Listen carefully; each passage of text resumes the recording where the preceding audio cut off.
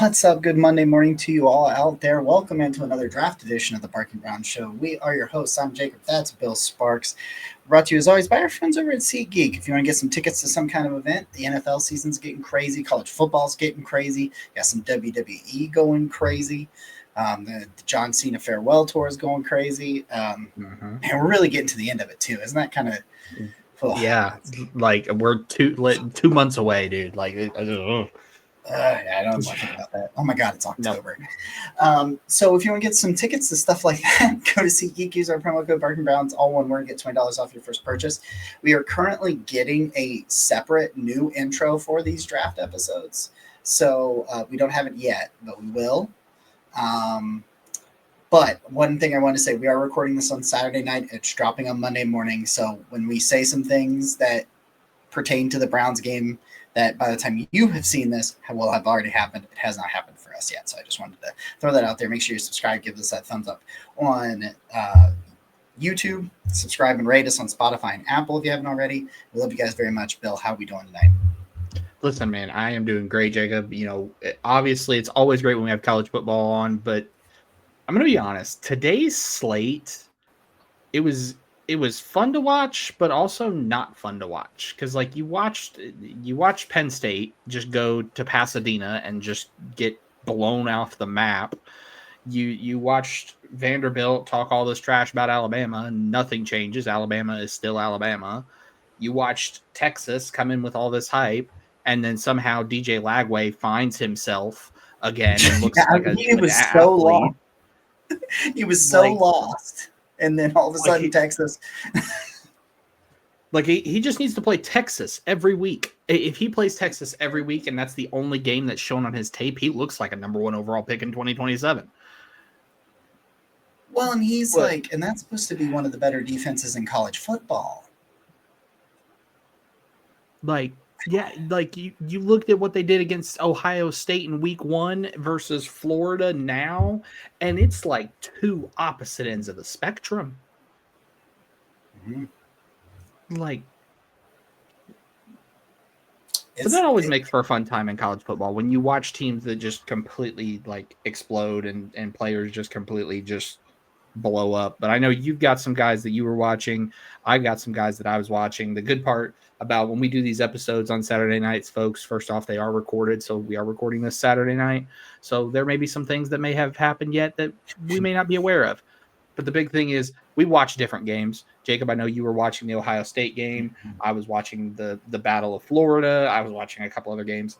Jacob, where do you want to start? Who caught your eye on Saturday? So we're going to go through some of these guys real quick, and then we got a 5-round Cleveland Browns mock draft for you at the end. I just wanted you guys to know that. That way you know to stick around. That shit's coming, all right? I'm going to start at the early game that I watched. There was a couple of guys that stood out for me, and I don't love giving Michigan Wolverines props, but I, as an Ohio State guy, but I am a draft guy and a draft guy first. And Justice Haynes, man, the Michigan running back, it starts out he gets what? I think he had a 40-yard run, a 30-yard run. I think the 30-yard run was the one on the first down, on the first drive, that they had a touchdown. If you give him the outside, if Justice Haynes can get the corner, if he can get to the outside, wide zone, and turn that corner, bye. Bye. It is as simple as one word, is bye. But the thing that really got me about Justice Haynes in particular, so he finishes with 19 carries, 117 yards, and 2 touchdowns, 6.2 a tote, was in the fourth quarter, the third and fourth quarter in the second half, he ran with some good power too. And that was something that was he's shown it at times. I'm not saying he's been just nothing but a scat back, speed back, but that's the overall profile on him is, man, this dude can fly, especially outside the tackles. But what does he do inside the tackles? I saw him take on some guys against Wisconsin. I know it's Wisconsin. It's not Ohio State's linebackers. Don't get it twisted. I understand that. But he took on some contact. He drugged some guys. He got some hard-earned yards between the tackles, and so I really just wanted to give a shout out to the Michigan running back Justice Haynes. I thought it was a really nice day from him. Yeah, 100%. He's been my running back too since coming out of the summer, and I've compared him to Maurice Jones-Drew because he has that burst and that short, small frame, but he also runs violent. And the big thing when you go in a team that only allowed 50 yards per game rushing coming in, like Wisconsin did, and then you blow up for 117 yards and 2 touchdowns, that just immediately. Unfortunately, where he's at running back 2, the only place to go is up with Jeremiah Love at running back 1. So he's kind of stuck on my board. But in any other year, he might be a running back 1 by himself. But yeah. So my first guy, right? I'm gonna bring him back. I'm gonna start the fire again. Nico Alamayaba from UCLA. I get it. He looked awful coming into this game. He looked dead, stock dead in the water. There was talk he was going to transfer out of Pasadena, that they had enough. And then what does he do? Oh, I don't know. 17 of 24 for 166 yards and 2 touchdowns passing, 16 carries for 128 yards and 3 touchdowns rushing, on the way to beating a top 10 team in Penn State.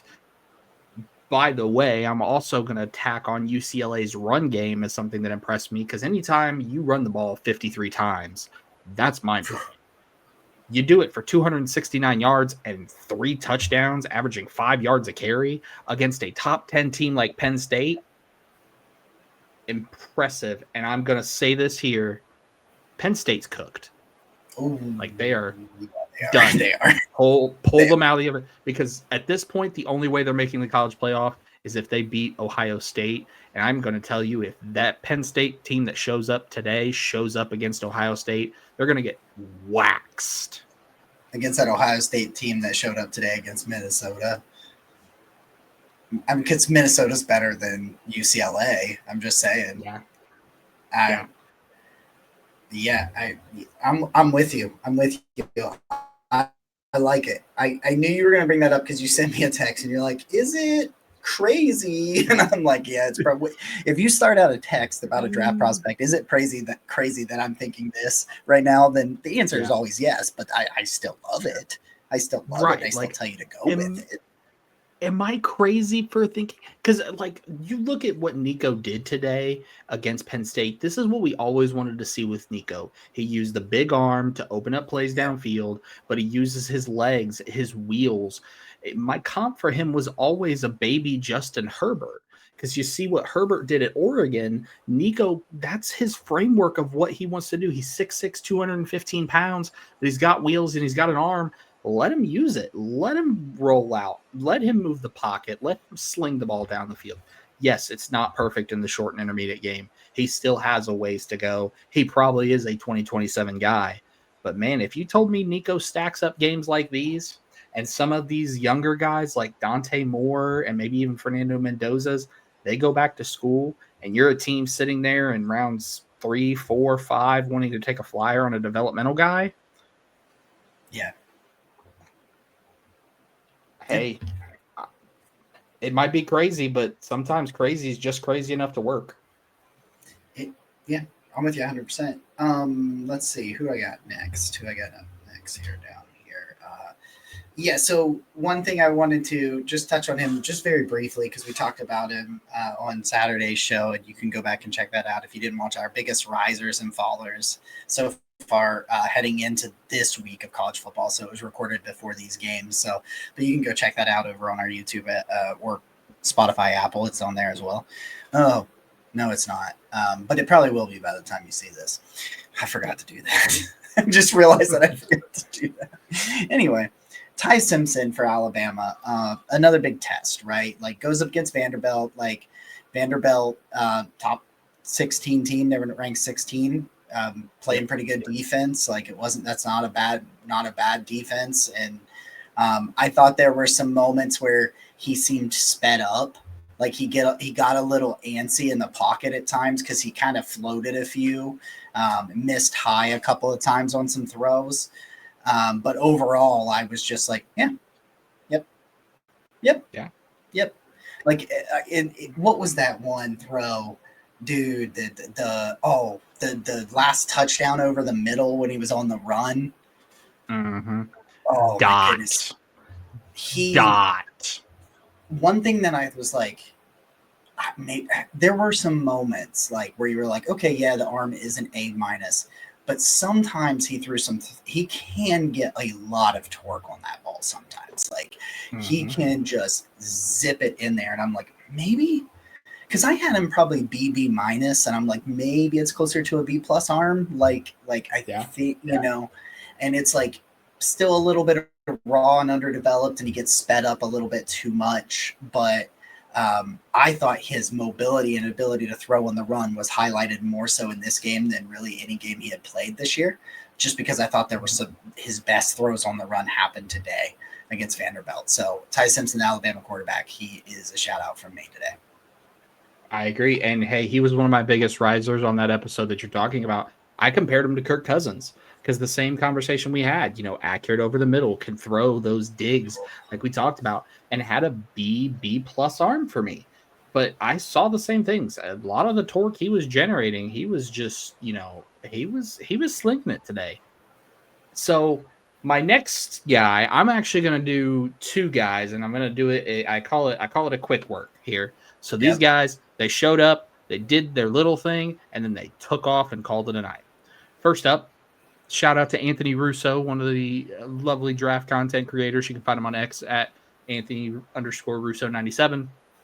Hollywood Smothers, NC State running back. Mm-hmm. 4 carries. That's all he had today. 123 yards and a touchdown. You do that, I'm good. Go sit on the bench. I'm good. That's all I need. And then let's roll it over to a service academy. Eli Heidenreich, 8 catches, 243 yards, 3 touchdowns today. Coming into the game today, he had 12 catches for 170 yards and 1 touchdown, but also, because after that, I obviously had to go dig up some Navy film from one of my contacts. Yes. He had 30 carries for 232 yards and 3 touchdowns rushing coming into today. Yeah, it's like the Zach Galifianakis meme with just all the numbers and everything. When you show up and you do something like that where you say 8 catches, 240 plus yards, 3 touchdowns, ball game, or 4 carries, 120 plus yards, and 1 touchdown rushing, ball game, I'm good. I don't need to see anything else. Thanks for coming. See you next week. So I got 3 guys. Okay, so I have 4 guys left. I'm going to lump 3 of them together, and then I'll do the other one, my last guy, after. I'll kick it back to you, and I'll do my last guy, and then you, however many you got left, and then we'll jump into this mock draft because it's kind of an underwhelming. All 4 of these guys play for Ohio State, so I'm going to put that spoiler out there. I'm sorry. That's the game I watched, but that was the game that really had the stars doing their job. And it starts with Arvell Reese, man. We shouted him out on Saturday as an honorable mention at the end. That dude is just everywhere. He's just everywhere. So is Sonny Styles, and so is Caleb Downs. And that is what I saw today from the Ohio State defense. Again, against a Minnesota offense. They're not going against, Oregon. They're not going against Penn State or Indiana, although those games are coming. I can't wait for Indiana, Ohio State. Yes. Yeah. That's 2 weeks. 2 weeks. I believe it's 3. Let's look it up real quick while we're here. Because I'm a big Fernando Mendoza guy for quarterback 1. He is my quarterback 1, and that Ohio State defense shows again today that they're just really freaking good. Those linebackers. They got Illinois next week, Wisconsin, Penn State, Purdue. Oh, they don't have Indiana. Yeah, they don't. I was thinking Indiana next week. It's Illinois. It's Illinois. Yeah. Yep. That's what it was. I knew they had one of those guys coming up, so it's Illinois next week. That actually still will be interesting because I'd love to see what Luke Altmaier does. Really had a great game. Yeah. So I would like to see what he does. But the linebackers at Ohio State and Caleb Downs are just Matt Patricia is coaching his ass off, and I just wanted to give a shout out to those guys because those dudes are legit first round prospects, all three of them. 100%. Every single, and I'm glad you talked about all three of those guys because, there's this stigma out there that Caleb Downs is a below average athlete for some reason. And I say, go watch the Minnesota game because I saw everywhere and anywhere and all over. Zoop, zoop, zoop, zoop, zoop, everywhere. I'm very intrigued to see how this Ohio State team is going to play Illinois next week, especially with that defense, like you talked about, Luke Altmaier. I'm very intrigued for that. But I'm also intrigued for Ohio State to go head-to-head with Michigan at the end of the season. Everybody talks about it. Everybody talks about the game. You tell me Oklahoma drill, Arvell Reese versus Justice Haynes. Mm-hmm. That's cinema. That is cinema in its finest. So I get to my final guy, and this pains me to say this because I've been his biggest supporter coming out of summer scouting. He was my quarterback 3, recently jumped to quarterback 2 after some great performances, but he has pretty much tanked his stock here recently. It's Michigan State quarterback Aiden Childs. Comes out, has a rough day, 9 of 23 for 85 yards, 2 interceptions, just doesn't look right, doesn't trust his eyes, then has an injury, leaves the game, lands pretty rough on his shoulder. At this point, I would love to keep him on my 26 board, but I think at this point he is going to be a 2027 guy.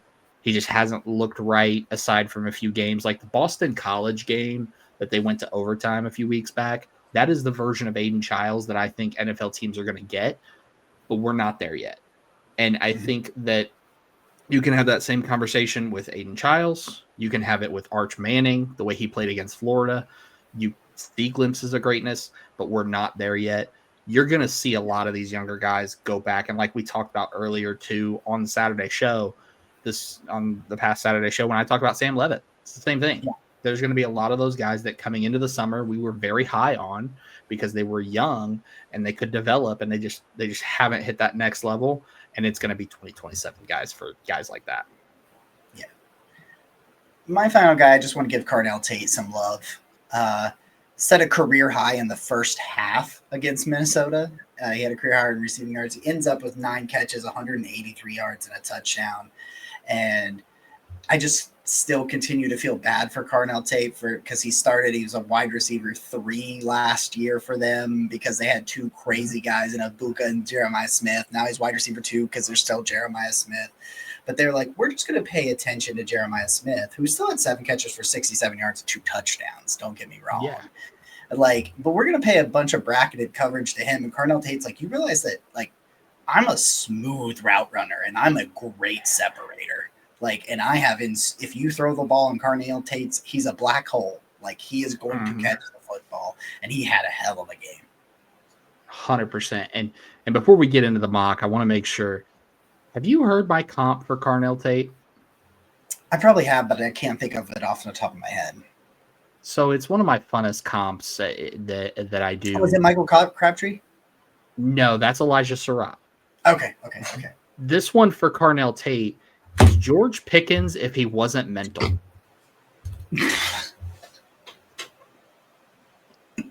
If you made George Pickens a sane human being, it's Carnell Tate. If George Pickens followed Buddhism. Right. If George Pickens was sane, just meditated and stopped trying to throw fists with cornerbacks in the back of the end zone, it's Carnell Tate. Same long strider, same black hole as a pass catcher. I don't know. I'll never forget Pickens throwing hands with Greg Newsome, and then like in the interview during the week, like pretend to not know who Greg Newsome was. I was like, you just fist fought him in the freaking game. And you know what? The best part is, I know he was serious. He didn't know he was just throwing hands, and I respect it. Hey, he said it's on site. I don't care who it was, And when they asked him, they're like, how do you feel about Greg Newsome? Who? I was just The throwing guy hands.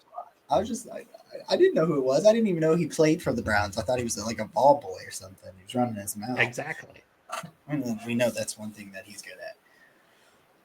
That is our quick shout outs for week 6 of the college football season. Yes, week 6 of the college football season. Wow. Wowza. So let's do it. Let's have some fun. We will be doing full round mock drafts and things like that. But right now, as we're building the audience on here, we realize that most of our fans that are watching this show are Browns fans. So if you're not, you can turn this off, or you can still listen as we do a Browns mock draft. But we're going to do a 5-round mock draft. And my question to you, Bill, is do you want to go first or second as we alternate these picks? I will let you take the field first and have a little fun with it. All right. So we are going to use NFL Mock Draft Database. Full disclaimer again, we are recording this show on Saturday night. So this is the most up-to-date order and most up-to-date consensus board as of about 11 p.m. on Saturday night. So as you can see, I'll scroll up for you so that you can see it. The Browns currently picking 5th and 23rd in this simulator. So that's where we are. Those are the picks that they have in the first 5 rounds. As you can see, there's 7 selections. So let's get it going. Let me click over here. Oh, I want to play. There we go. I need to get an actual mouse. My laptop mouse is sticking. So. Okay, let's see. I bet you Sellers probably goes 1. Nussmeier goes 1. All right. Sellers. All right. That was. Ooh. I'm not even. Oh, am I free? It's freezing up on me, isn't it? Yeah. Hold on. It's froze up on me pretty good here. Okay. All right. So. Yeah, I'm gonna take off. I have a couple of more tabs open, so I'm gonna shut those tabs off. It's 11 p.m. and there's nobody using the internet but me, so I don't know what the problem is here. Okay. So. Sellers, Nussmeier, TJ Parker, and Hood all go. I mean, all things considered, if I'm picking at 5 and Fernando Mendoza just falls right into my lap and I don't take Fernando Mendoza, I should be fired. And there is a world, because as you saw, did you see who took Garrett Nussmeier? I don't know. It seems like his dad might coach for that team. It's possible. This is a world that exists. If the Browns are picking 5 and they walk away with Fernando Mendoza, okay. Call it a night. But I will tell you that board that you were staring at of Ruben Bain, Fernando Mendoza, and Caleb Downs, good God, that is... If you told me that they passed on a quarterback but still got Ruben Bain... If you told me they passed on a quarterback and still got Caleb Downs, I have blue chip grades on those guys. And those are my 2 blue chip grades on my board. If you're going to pass on a quarterback, that'll do it. Yeah. So you can see that the simulator is still running, but it's frozen on my screen. So we're having just a awesome night of technical difficulties. It's fine. Okay. So you're on the board here at 23. Jeremiah Love, Kenyon Sadiq, Avion Terrell at the top of the board. So I am going to go a little off the beaten path, and folks are going to... Oh, is he there? He might have already gotten picked. What do you want? What position do you want? Flip over to corner. Yep, he already got picked. Okay. Well, that is fun, because I was going to go with a guy who, when I did a first-round mock over on my X page at Spark Scouting, I actually had them taking Mansour Delane with the second first-round pick on the back end. But we'll have a little fun with this one, and let's take a look at wide receiver. Okay. And when you're looking at wide receiver, there's one guy. There's one guy, and Jacob knows. Jacob actually shouted him out as his first, as a huge riser for him. He's a first-round guy for him. For me, he's not because of one key reason that I'm going to explain, but it's going to be the Browns take Chris Brazzell, wide receiver from Tennessee, 6'5", 220 pounds, just a true speedster, probably going to run in the 4.4s, very good route running. The one big knock and why I don't have a first round grade on him, he has not caught a pass on the left side of the field the entire season. And that's just a little strange to me that you can't work on the left side of the field. Is I it a just don't know how boundary it's issue? not happened. I just don't know how it's not happened. Like, it doesn't make sense. It doesn't. It doesn't. But you mean to tell me they're going to get Jerry Jeudy on one side and then on the other side? They can put Jerry Jeudy on the left side and keep him there, and then Chris Brazzell works the middle and the right side of the field? Yeah, it's fine. It's fine. So Brown's going Chris Brazzell, Tennessee, to pair with Fernando Mendoza. Fernando's got his number one wide receiver. Heck of a way to start that. So at 36, let's see who I've got here. So we got quarterback, got him another weapon.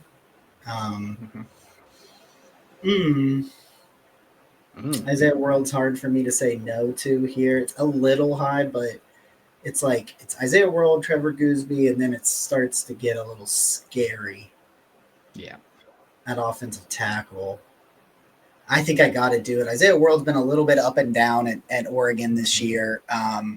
If he can settle in, this is probably a good range for him. If he can settle in going down the stretch. But this is pick 36 is where they're picking here. So I'm going to take Isaiah World, the left tackle from Oregon, give us our quarterback, a really nice wide receiver, and Chris Brazzell. Anyway, it's Brazzell.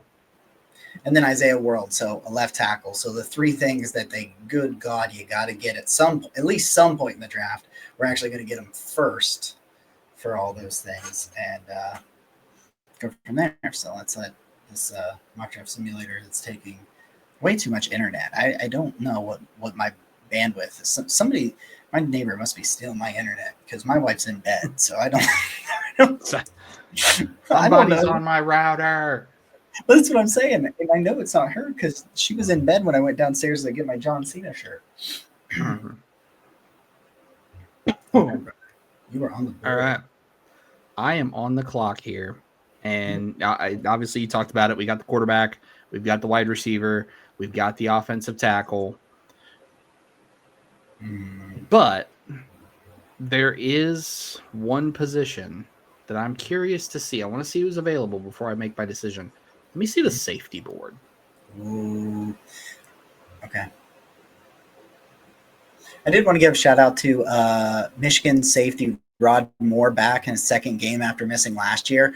Really starting to look like his old self, and I think Rod Moore's really nice. Really good player for Michigan. 100%.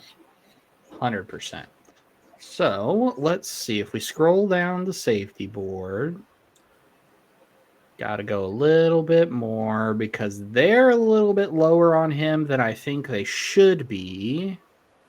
There he is. Oh. Emmanuel McNeil-Warren, the safety from Toledo. I've got him as a top 100 guy because he just hits people hard. And I mean that. He's a very good run support safety, but also does very, very well in coverage.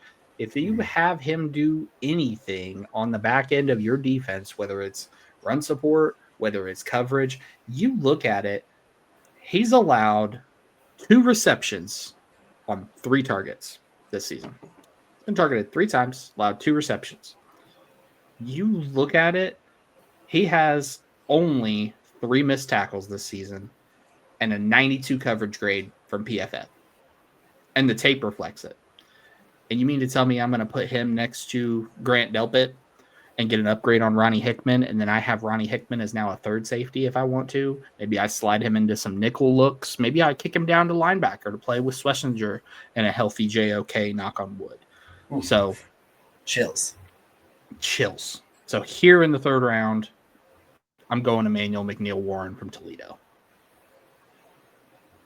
All right. So as this thing chugs right along here, I will remind you of our selections so far. So at pick 5, we took Fernando Mendoza, the quarterback from Indiana. Chris Brazel, the wide receiver from Tennessee at 23. His left tackle Isaiah World from Oregon comes in the second round, and then Emmanuel McNeil-Warren, the safety from Toledo, they're in the third round. So now I'm on the clock. Pick 109. See what the top looks like here. I'm still at safety. So I always forget that I have to go back to all. I always think that I'm already on all, and I'm like, where are all these guys' safeties? Right. All right. Caden McDonald. Listen, I don't think Trinidad Chambliss is an NFL quarterback because of his size, but my God, is he fun to watch in college. 100%. A fun college dude through and through. I'm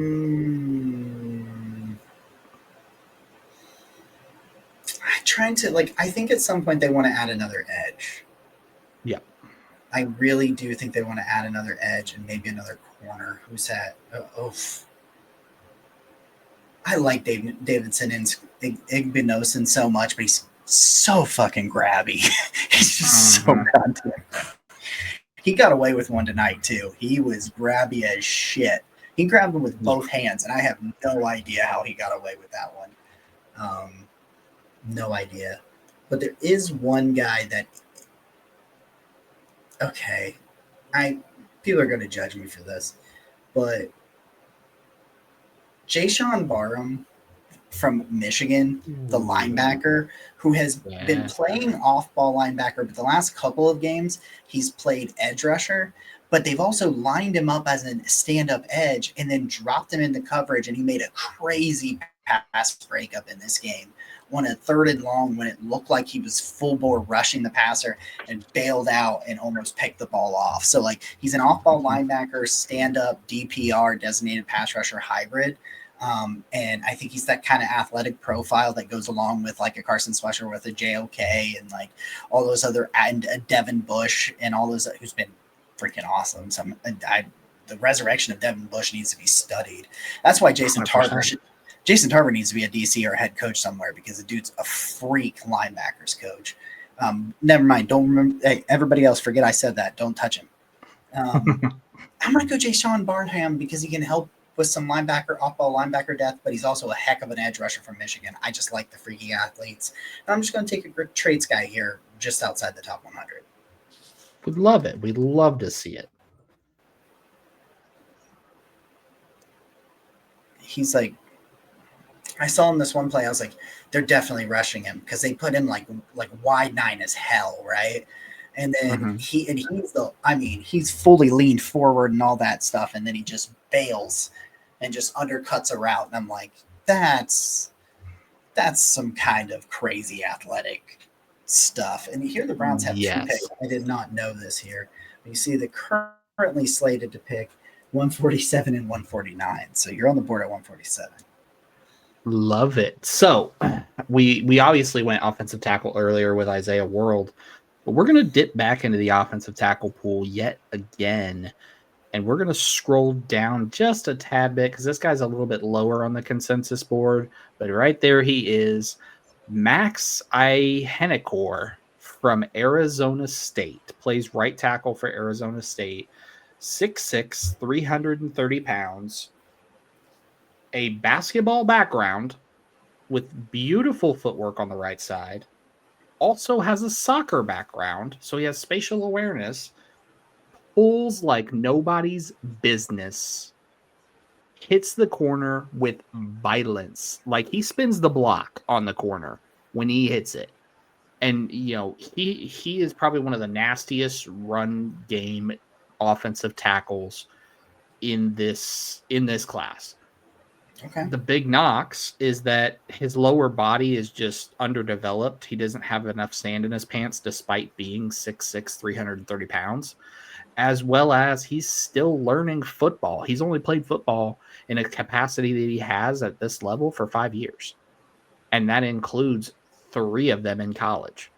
So you're talking about a guy who hasn't really played too much football, still needs some development and some seasoning. But when you're sitting here in the 5th round and you have a guy that moves like a dancing bear, that's athletic as all get out, that can play the right tackle position, can do pins and pulls, you could slide him inside to guard if you wanted to, or you could keep him out at right tackle if you wanted to. But this is a guy that fits both ways on the right side of that offensive line, which needs to get younger and upgraded fast. So Max Ihenekor from Arizona State is the pick there. I like that a lot. I don't know if I said this. I know I told you this pregame, Bill. I don't know if did I mention that we are doing the quarterback draft this week, but if Dylan Gabriel plays good the next couple of weeks, we will do the non-quarterback draft on here. So yes, Dylan Gabriel may have had a great debut like I expect him to. I've been pounding the freaking table for him for forever. Do you know what I got his over-under passing yards at just the other day? Yesterday. Where'd you get it? I got it at 173 and a half. 173.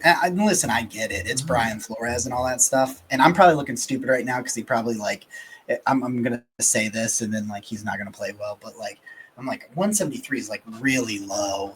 Joe Flacco was getting higher than that in some games where we just couldn't throw the ball at all. But anyway, I think this is the last pick. Yes, this is the last pick. The Browns have obviously some 6s and 7s, but we're just not going to get quite that deep in the weeds for you guys quite yet. Bill, you guys got to come back for that. I can get that deep. My board is 375 players named, graded, and comped. But we want to keep you guys coming back because we love doing this for you guys. We love recording these shows on Saturday night to drop them for you Monday morning so you can have a nice cup of coffee and listen to us talk about the past while it being the present and the future. It's really funny, isn't it? We're okay, so I know he's kind of had a little bit of a down year or a little bit of a rough start, but Tacario Davis, the corner from Washington, if he was here, I would love him. Kind of a size corner, a bigger corner at 6'4", a bigger, more physical corner. Only I think he's only 205-ish, so he's not big, but he's big and long. He's just not super stocky. But if they move on from Martin Emerson, or even if they don't, and they just bring Martin Emerson back and he's coming out on a 1-year deal or something like that, Tacario Davis can kind of be that type of corner for them, kind of to play against some of the bigger, more physical guys. And if he's sitting, I think this Andrew Berry bucked his trend last year. But if Andrew Berry's still around making the picks, I don't think he'll buck his trend of not taking a corner this year since they went ahead and waived Cam Mitchell this week, which was still kind of a surprise for me. I know he was playing really, really bad. I just didn't think they'd actually cut him. They were yeah, man, you suck, your cheeks. So I'm going to take Tacario Davis to round this thing out, and it's going to go through the rest of the 5th round, and then it'll boot up here for us, and we'll run back down through there. Down through this for you guys. Already looking forward to next week of college football because I started thinking about some of those games. Oh, yeah. I mean, you look at College Game Day, Oregon and Indiana, that is, if you wanted a number 1 versus number 2 overall pick in the 2026 NFL draft type of game, that is it. Because you're staring at Dante Moore versus Fernando Mendoza, and you've talked about it on this channel, Jacob. We're not an advocate for Dante Moore to come out with 11 career starts to his name, but boy, that tape sure makes it hard to say no. Yeah, there's always going to be exceptions to rules when it comes to drafting and scouting and all that good stuff when it comes because there's been exceptions to rules. We talk about the biggest word with Dylan Gabriel is he'd be an outlier on size, but there have been people that have been successful. Russell Wilson, for example. Now Russell's a better athlete or was a better athlete than Dylan is, but there's still exceptions to rules like that. Save button because it'll make it look nicer. And there's some exceptions to rules for guys for those things right there. And I think Dante Moore's tape's so freaking good. It might be the exception to the, I want a multi-year starter kind of guy. So here we go. This is our Cleveland Browns 5-round mock. Let me get this. There we go. Fernando Mendoza falls to us at pick 5, the quarterback from Indiana, my top quarterback on the board. Chris Brazzell, the wide receiver from Tennessee, 6'5", 220, runs a 4.4. Yep. Yeah. Isaiah World at 36, the left tackle from Oregon. Emmanuel McNeil Warren, the hard hitting safety from Toledo at 74. Jay-Sean Barham, the linebackers, off-ball linebacker slash stand-up designated pass rusher from Michigan, just a really crazy athlete at linebacker that I really like. Oh man, Max I Hen Core. Hyanacor. I Hyanacor. There we go. Boom. Off the right tackle from Arizona State. And then the big physical corner, Takario Davis from Washington. That is our first mock draft of 2026. The 2026 first 2026 mock draft on this channel. And I'm surprised it took us till the beginning of October. Guys, we are so appreciative of all of you out there. Please be a friend, tell a friend, subscribe to the YouTube, help us grow. Check us out over on TikTok. The keys, we're going to do keys to every Browns game. Like, this has to happen for the Browns win every week. This week's video was over 3 minutes long, so we couldn't put the short on YouTube. We can only put it on TikTok. So if you go to over at TikTok, the Barking Browns podcast over there, you'll find us over there. But we're going to do some exclusive lives. We might do some like late night as we get later into the season, just us watching games. Like, we're not going to be able to show the games for copyright reasons, but we can watch them together and react together and bullshit on TikTok and things like that. So check that out. Be a friend, tell a friend. If you want to support the show, the best way to support the show is to make sure you're subscribed and to tell someone else to subscribe, or to just take their phone and subscribe. Fuck it. Right. Hey, you know what? As long as you give it back, you can do whatever you want. Take it, subscribe, turn on the notification bell while you're there too. If they've got a Twitch, or I'm sorry, if they have an Amazon Prime, make them a Twitch account. So get their Amazon Prime linked there, and they get one free Amazon Prime sub on Twitch every month, and you can do it to us for free.